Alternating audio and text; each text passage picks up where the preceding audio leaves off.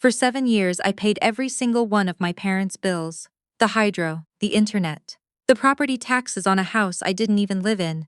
And when my father finally sat me down to tell me they'd updated their will, I thought, finally. Finally, they're acknowledging what I've done for this family. He slid a piece of paper across the kitchen table like he was doing me a favor. My brother gets everything. I remember staring at that paper for a long time, not crying, not yelling, just staring, the way you stare at a car accident you can't quite believe you're seeing. My brother, who had moved to Calgary 6 years ago, who called maybe twice a year, who had never once offered to cover a single hydro bill or drive our mother to her cardiology appointments in Barrie, was inheriting the house, the savings, and the family business my grandfather had built from nothing. My father folded his hands on the table and said, "Your brother has a family to support." I wanted to say, "So do I," but I didn't. I just picked up the paper, folded it in half, and put it in my jacket pocket. Then I drove home to my apartment in Orangeville, sat on my kitchen floor with a glass of water, and thought very carefully about what I was going to do next. Let me back up, because none of this makes sense without the full picture. My parents immigrated from the Philippines in the late 80s. My father worked construction, my mother cleaned houses on the side. By the time my brother and I were teenagers, they had saved enough to buy a small property in a town north of Toronto and open a tailoring and alterations shop. Nothing fancy, just a storefront with 3 sewing machines and a fitting room with bad lighting, but it was theirs and they were proud of it. I grew up in that shop. I learned to sew before I learned to drive. When my mother's hand started giving her trouble, early arthritis, she was diagnosed at 51. I started coming in on weekends to help with the finishing work. When my father's eyesight declined and he could no longer do the fine seam work, I took on more. By the time I was 26, I was managing the books, handling supplier orders, and doing the alterations that kept the shop running. My brother, meanwhile, was in Calgary working in oil and gas. He was doing well, he told us often enough. New truck, new condo, new girlfriend every time we saw him at Christmas.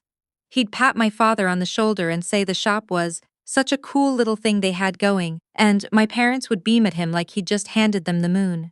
I told myself it didn't matter. I told myself families divide labor differently. I told myself I was helping because I wanted to, not because I needed acknowledgement. I told myself a lot of things for 7 years. What I didn't tell anyone was that I'd also been quietly covering the costs of keeping the shop legally operational. When the commercial lease came up for renewal and the landlord raised the rate, I negotiated and paid the difference out of my own savings. About $800 a month I absorbed without saying a word because I didn't want my parents to stress. When the sewing equipment needed servicing, I paid.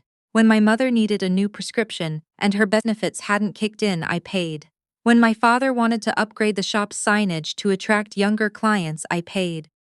Over 7 years, I calculated once, sitting at my kitchen table on a Tuesday night with a spreadsheet and a cup of cold tea, that I had put in just over $74,000 of my own money into my parents' life and their business, not counting the unpaid hours, not counting the weekends, not counting the gas driving back and forth from Orangeville to their town every time something needed handling.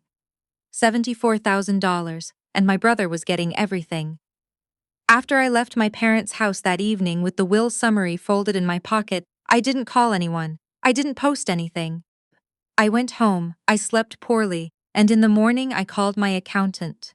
Here's something my parents didn't know, something I had never found the right moment to tell them, or perhaps some part of me had known it was better to keep quiet about for exactly this kind of situation. 3 years earlier, when the shop's landlord had decided he wanted to sell the commercial property and offered existing tenants right of first refusal, I had bought it. My parents knew the building had changed hands. They knew the new owner had agreed to honor the existing lease and keep the rent stable. What they did not know, because I had been advised by my lawyer to keep the ownership structure clean and uncomplicated, was that the new owner was me.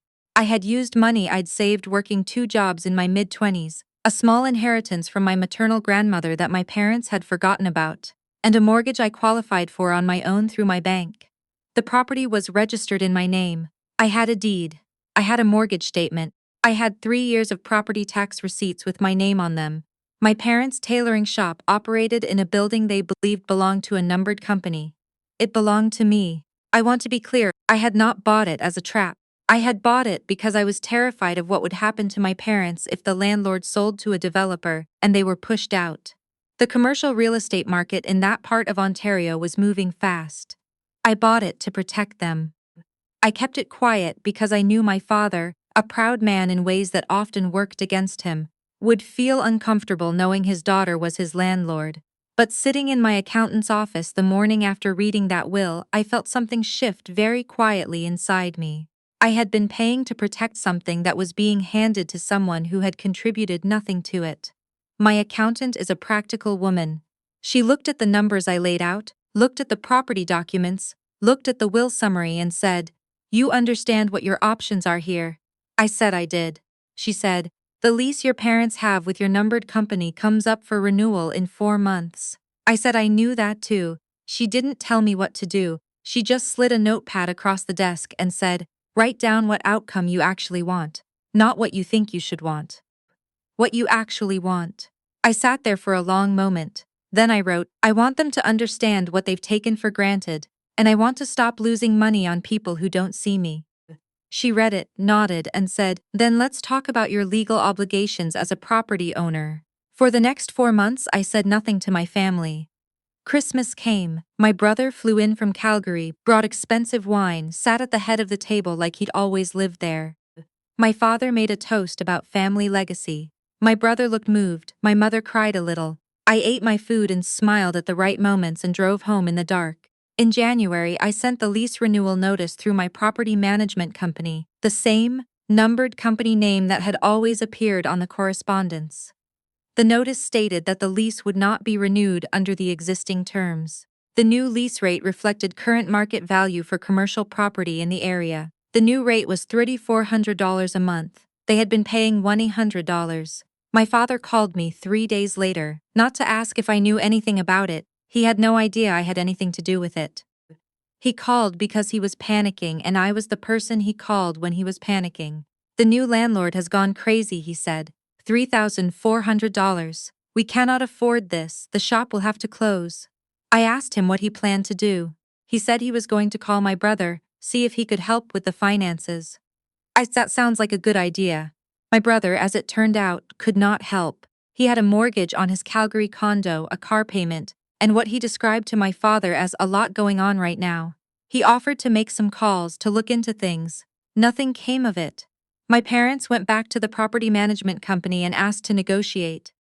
The company, following my instructions, offered one alternative, a 3-year lease at $2,200 per month, a rate still double what they'd been paying but below true market rate, contingent on a personal guarantee from an additional signatory. They asked my brother to co-sign. He declined. Too much financial exposure, he explained. He had his own family to think about. They called me. I said I would come over and we could talk about it.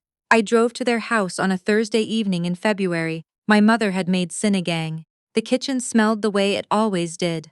Tamarind and something warm and specific to that house that I have never been able to replicate anywhere else. I sat at the same table where my father had slid that paper across to me 8 months before. I let them explain the situation. I listened to all of it, the lease, the rate, the fact that my brother couldn't help, the worry about the shop, what would happen to everything they'd built. My mother kept touching the edge of the tablecloth. My father's voice was steady but his hands weren't. When they finished, I put my hands flat on the table and said, "I need to show you something." I opened my folder and placed the property deed in front of them. My father looked at it without picking it up. Then he looked at me. I said, "I've owned the building for 3 years. I bought it when the landlord was going to sell so you wouldn't lose the shop. I'm the landlord." The silence in that kitchen lasted a long time. My mother said in a very small voice, "This whole time?" I said yes. My father said nothing for almost a full minute. Then he said, "Why didn't you tell us?"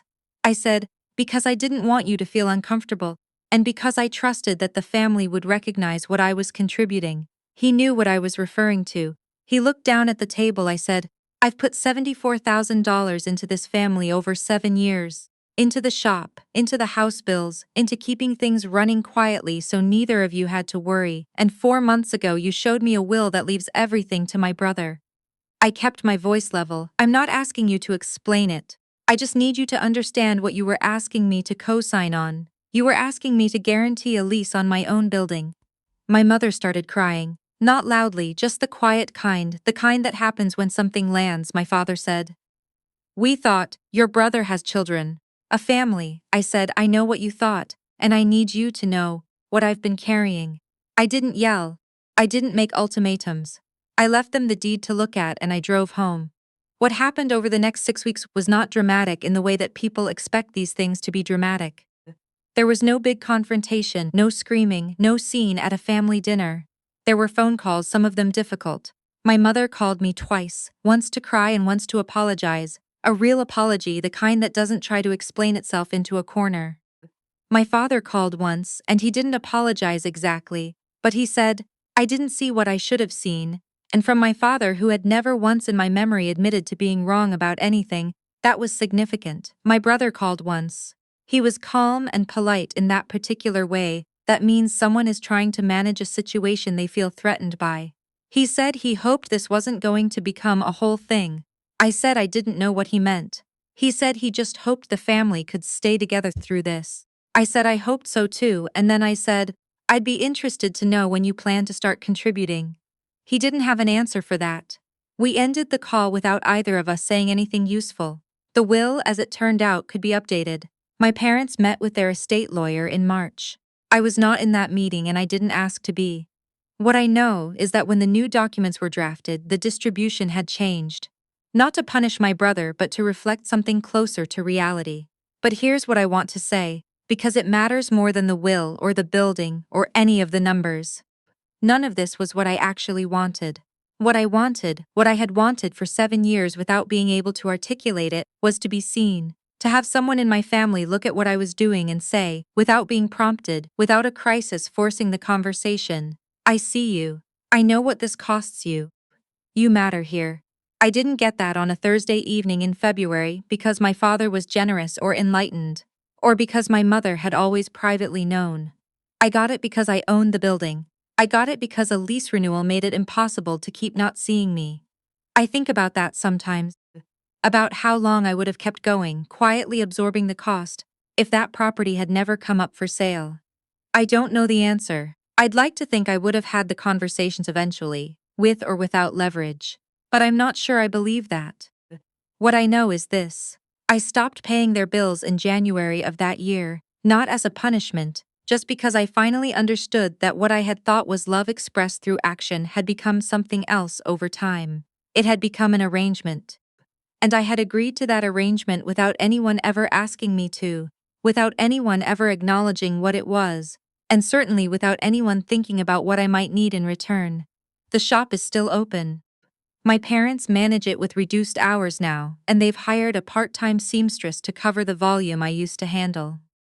My mother's hands are better with the medication she's been on for 2 years, a prescription I no longer pay for, because it turned out my parents have a benefits plan through my father's old union that covers most of it. They just hadn't been using it. No one had looked into it. That detail still catches in my throat a little. My brother came back to Ontario for a long weekend in April. He helped my father clear out the back storage room, which I know because my mother sent me a photo of the two of them holding up an old curtain rod and laughing. I looked at that photo for a while. Then I put my phone down and finished the report I was working on. I don't hate him. I don't really know how to feel about him, honestly. He's someone I grew up with who became a person I only ever see at certain intervals, someone who has a version of our family in his head that fits neatly around his absence. I think he believes he would have helped if he'd been closer. I think he has never seriously examined whether that's true. I own a commercial property in small-town Ontario. I have a tenant, my parents' tailoring shop, paying a lease rate we negotiated together, one that covers my mortgage and a small margin and that they can actually afford. I have a relationship with my parents that is more honest than it has ever been, which sounds like the beginning of something good, and also sometimes like the end of something I can't name. I am 31 years old. I did not grow up expecting to have leverage over my own parents. I grew up believing that if I worked hard and gave generously and held things together quietly, the people around me would recognize it. I don't think that anymore. I think people recognize what they have to recognize and not much more. But I also think the conversation I had at that kitchen table in February, the the one with the deed and the sinigang and my mother's quiet crying. I think that was the truest thing that has ever happened in my family. Truer than the will, truer than the Christmas dinners, truer than 7 years of checks sent without a word of thanks. I didn't need them to give me everything. I needed them to stop acting like I had given them nothing, and finally, late, and only because I made it unavoidable, they stopped.